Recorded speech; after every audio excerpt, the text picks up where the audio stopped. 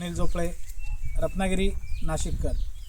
मी सध्या बॉम्बे गोवा हायवे रत्नागिरी शहरापासून 10 किलोमीटर अंतरावर असलेल्या भोके या गावामध्ये आहे आणि ह्या ठिकाणी निसर्गाचा आनंद घेण्यासाठी फिरायला आल्यानंतर भात शेतीची लागवड झालेली आहे। ते भात शेती शेतकरी राजन आंबेकर ह्या ठिकाणी आहेत, त्याचबरोबर त्यांचे बंधू आंबेकर या ठिकाणी आहेत आणि प्रकाश आंबेकर या ठिकाणी आहेत आणि भात शेती त्यांची भाताची लागवड झालेली आहे। सुंदर पद्धतीने छोट्या छोट्या मळ्या करून त्यामध्ये हे भात लागवड केलेली आहे। सुंदर हिरवगार असं भात लागण झालेले रोपं तयार करून आपण इकडे बघताय सगळीकडे सुंदर हा डोंगर, वनराई, टेकड्या आणि आंब्याच्या बागा, त्याचबरोबर इतर वनराई अशा सुंदर नयनरम्य असं दृश्य आपल्या समोर दिसतंय। रत्नागिरी जिल्हा म्हणजेच पर्यटनाचा केंद्रबिंदू।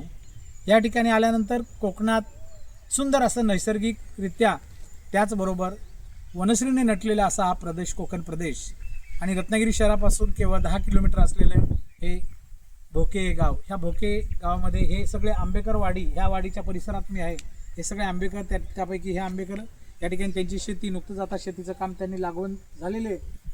तिकडे काही जण भाताची रोपं करतायत, नाचणीची रोपं करतायत, कारण उद्या पुन्हा लागवड करण्यासाठी। आणि आता सुंदर गोपाळ ॲग्रो टुरिझमला भेट दिल्यानंतर मी या ठिकाणी हा व्हिडिओ करण्यासाठी आलेलो आहे। आपल्याला हा व्हिडिओ खूप कोकणातली भात शेती कशी आहे हे आपल्याला बघायला मिळेल आणि हे सुंदर दृश्य त्या भाताच्या छोट्या छोट्या मळ्या आणि आजूबाजूला असलेली वनराई, झाडं, या सगळ्या गोष्टीचा आनंद आपण चांगल्या पद्धतीने घेऊ शकता। आणि कोकणामध्ये शेती कशा पद्धतीने होते त्याचाही हा एक रोल मॉडेल तुमच्यासमोर मी सादर करतोय। आमचं यूट्यूब चॅनल तुम्हाला आवडल्यानंतर त्याचा सबस्क्राईब करा हा व्हिडिओ आवडल्यानंतर, आणि तुमच्या काही डिमांड्स असतील त्याही तुम्ही सांगा, सूचना असतील त्याही सांगा। नक्कीच तुम्हाला कोकण भागातील, रत्नागिरीमधील पूर्ण जिल्ह्यातील वेगवेगळ्या भागांचं दर्शन, वेगवेगळ्या पर्यटन केंद्राचं दर्शन, त्याचबरोबर वनराईचं दर्शन, निसर्ग सौंदर्याचं दर्शन मी आपल्यासमोर सादर करत आहे।